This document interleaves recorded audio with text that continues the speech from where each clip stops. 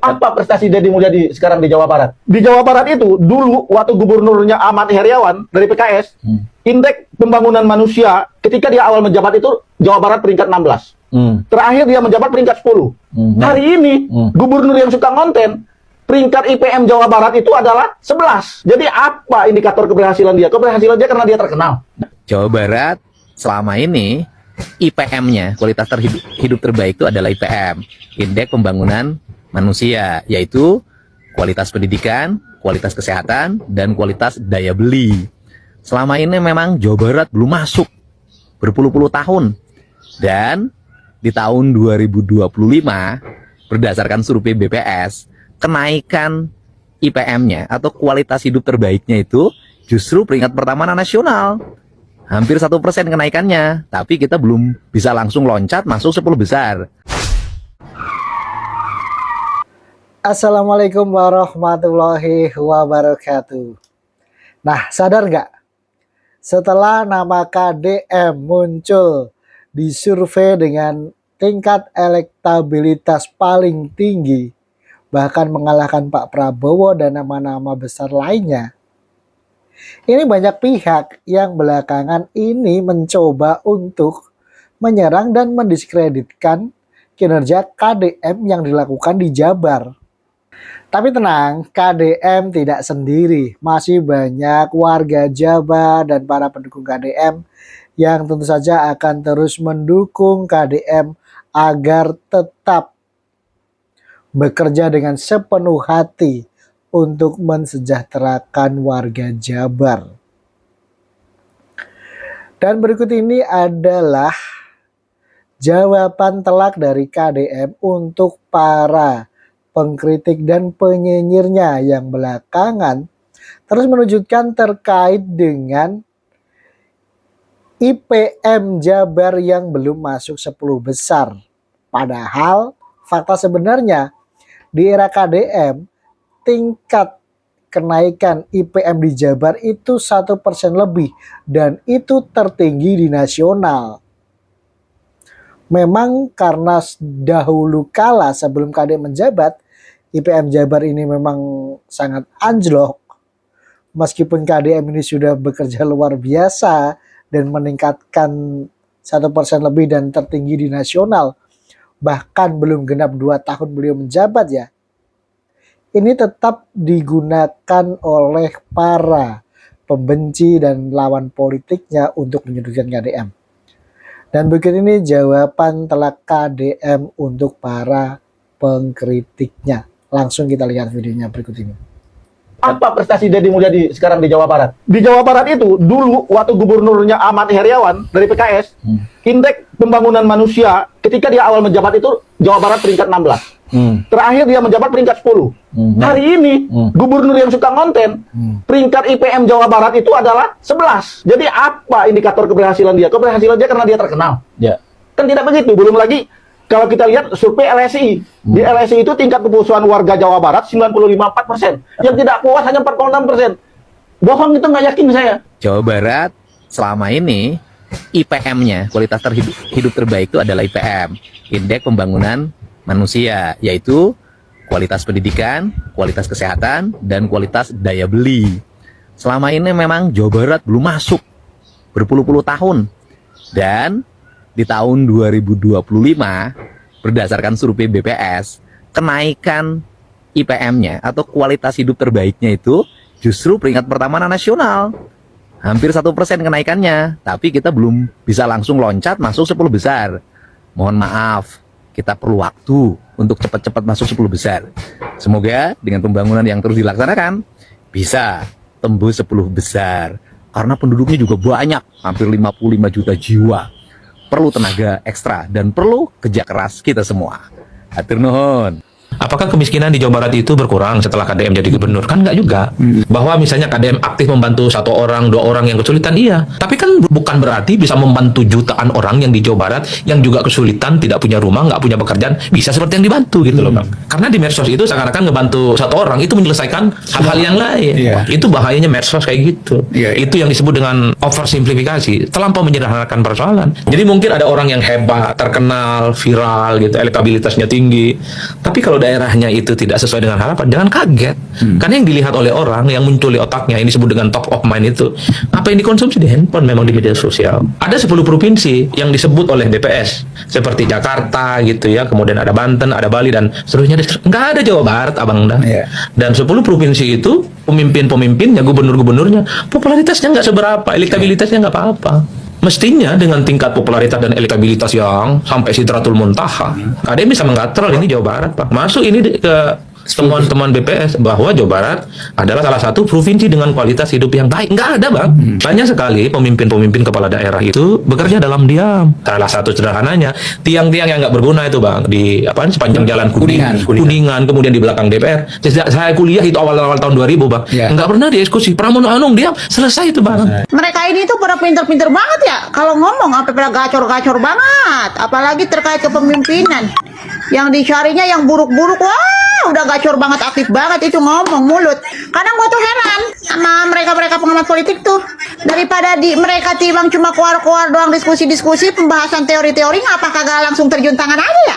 Masuk itu ke dunia politik langsung mencalonkan jadi jadi pemimpin-pemimpin daerah gitu kan. Jadi wakil-wakil rakyat gitu. Apa ya?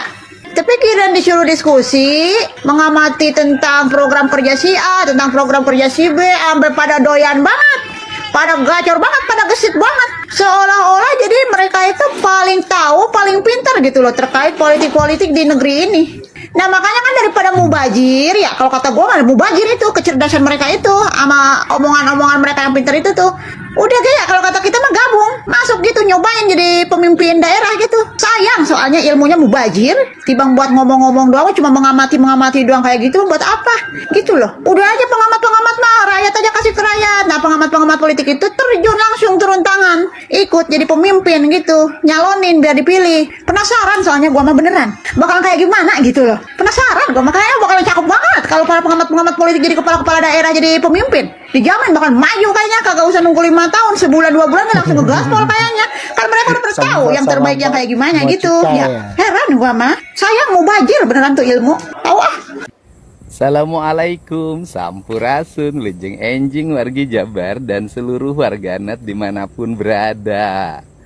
Pagi ini saya akan menyapa abangku tercinta. Ini pengamat yang sangat akurat analisisnya, akademisi yang sangat mumpuni metodologi cara pengajarannya, Bang Adi Prayitno. Terima kasih Bang, terus menerus memberikan otokritik pada saya, terutama menyoroti persoalan kedikenalan saya melalui media sosial dengan kerja yang dilaksanakan tidak sebanding. Ya memang Bang, saya akui itu benar. Dan Abang mengatakan, saya 3 hal yang saya lihat Abang soroti. 1, ternyata angka kemiskinan di Jawa Barat tidak mengalami perubahan, begitu-begitu saja, tidak mengalami penurunan. 2, angka pengangguran juga sama, penganggurannya tidak mengalami penurunan. Kemudian yang ketiga, Jawa Barat tidak masuk 10 besar provinsi yang memiliki IPM yang memadai. Barangkali Abang bisa lihat data BPS tahun 2025 dan 2026 Bang. Siapa tahu Abang lupa. Di data BPS 2025-2026 semenjak saya memimpin, angka pengangguran mengalami penurunan. Memang tidak terlalu besar Bang, tetapi ada penurunannya.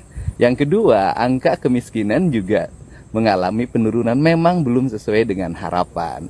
Kemudian yang ketiga adalah mengenai IPM Bang, memang sudah sejak lama Jawa Barat rankingnya bawah. Tetapi di 2025 itu udah data BPS-nya ada, bahwa Jawa Barat itu peringkat pertama nasional mengalami kenaikan angka IPM dalam tahun 2025. Itu deltanya tinggi Bang. Semoga otokritik Abang bisa memacu saya untuk bekerja, melayani masyarakat dalam setiap hari. Dan catatan penting, apa yang diraih oleh Jawa Barat itu bukan kinerja gubernur, tapi kinerja seluruh warga Jabar, dari mulai RT, kepala desa dan kelurahan, camat, bupati dan wali kota. Karena Jawa Barat gubernurnya ya kerjanya ngonten aja, gimana berhasil ya Bang ya. Kemudian saya juga sampaikan pada Abang, ada hal yang saya kerjakan secara pribadi. Misalnya ketika jalan saya menemukan orangnya rumahnya jelek, kemudian saya bangunkan. Ketika ada anak yang kategori tidak mampu, tidak punya alat transportasi ke sekolah, biasanya saya belikan sepeda. Kemudian juga ada masyarakat yang petani, dia tidak punya kambing, saya beri. Itu yang sering saya lakukan, personal Bang. Memang secara pribadi saya sebagai warga biasa setiap hari harus melakukan hal yang positif bagi warga. Tetapi dari sisi kebijakan, kita juga ada kebijakan Bang, bahwa misalnya anak-anak sekolah di Jawa Barat hari ini negeri sudah free Bang.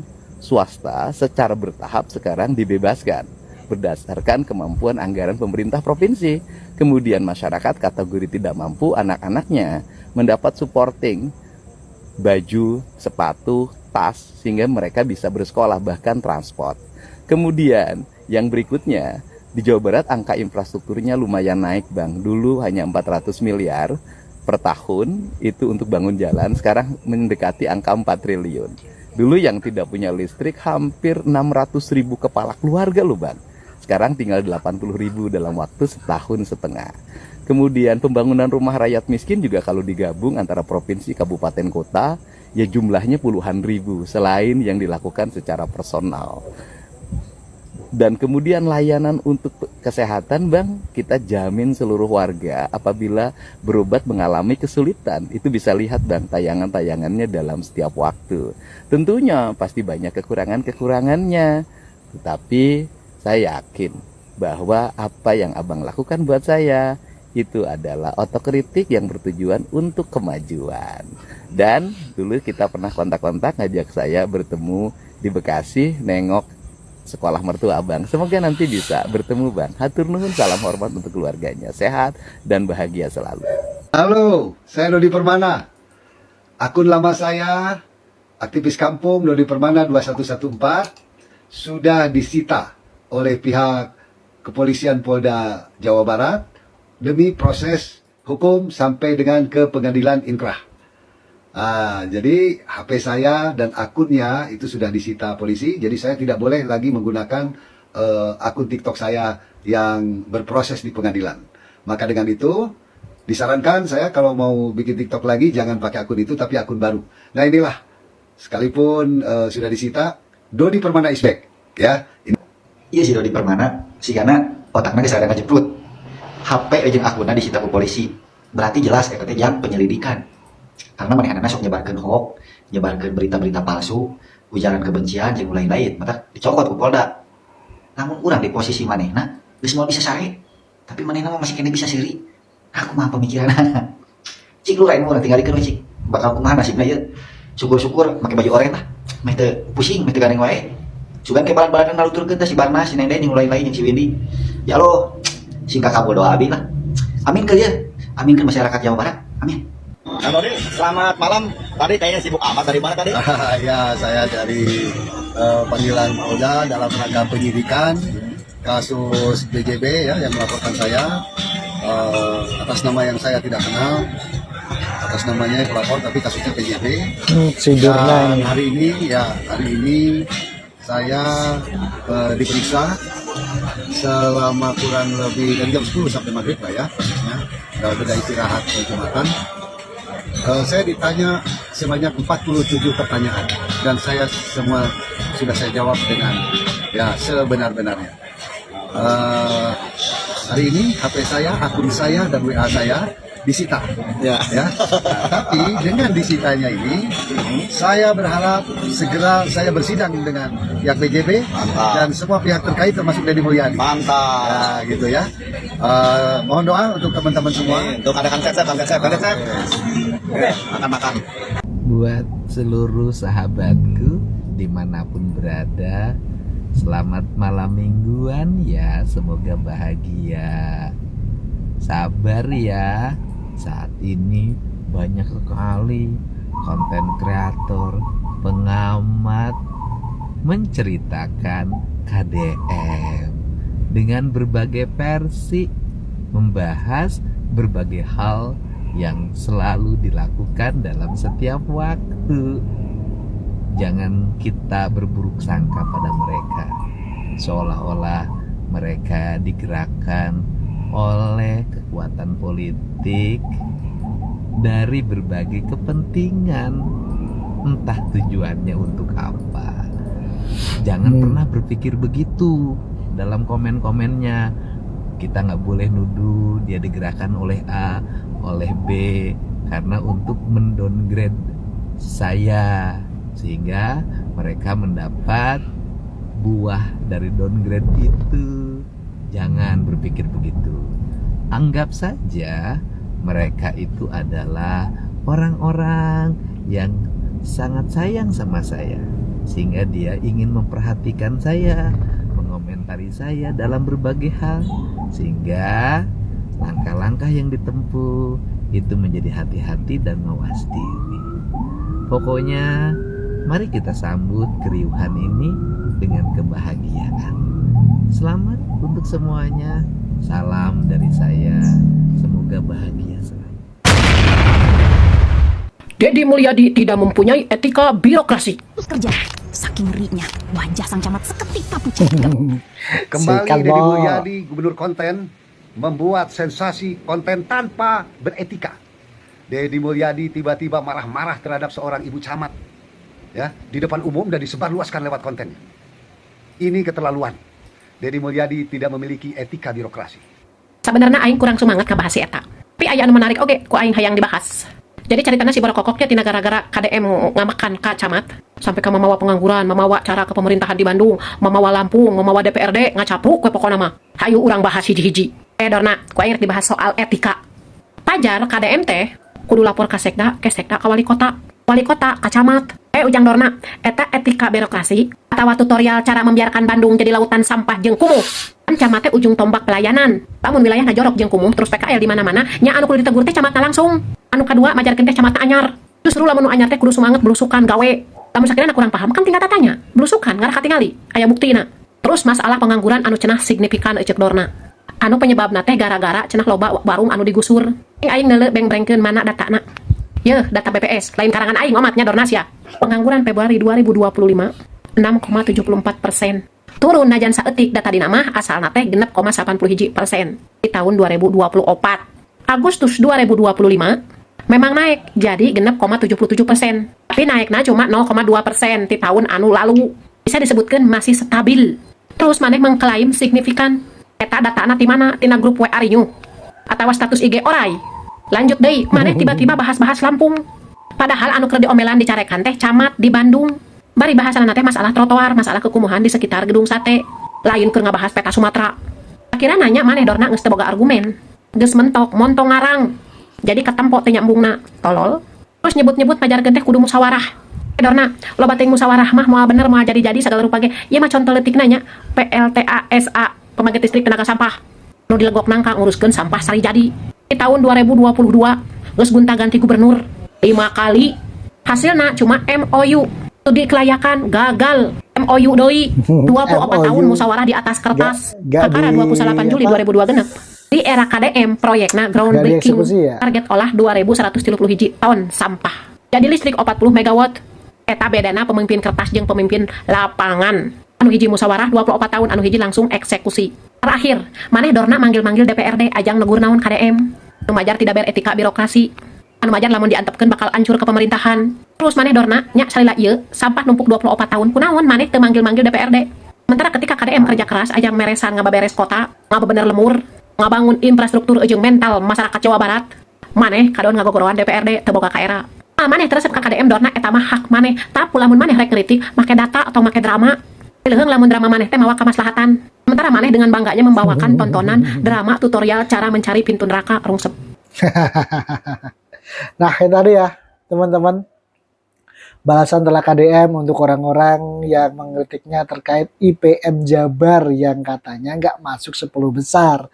Padahal faktanya di era KDM menjabat yang belum genap 2 tahun ini ya, IPM di Jabar itu, indeks pembangunan manusia di Jabar, itu meningkat paling tinggi tingkat nasional.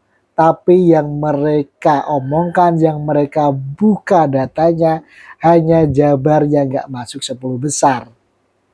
Nah, kira-kira gimana nih tanggapan kalian? Silahkan tuliskan opini di kolom komentar yang tersedia. Terima kasih, sampai berjumpa lagi di video berikutnya.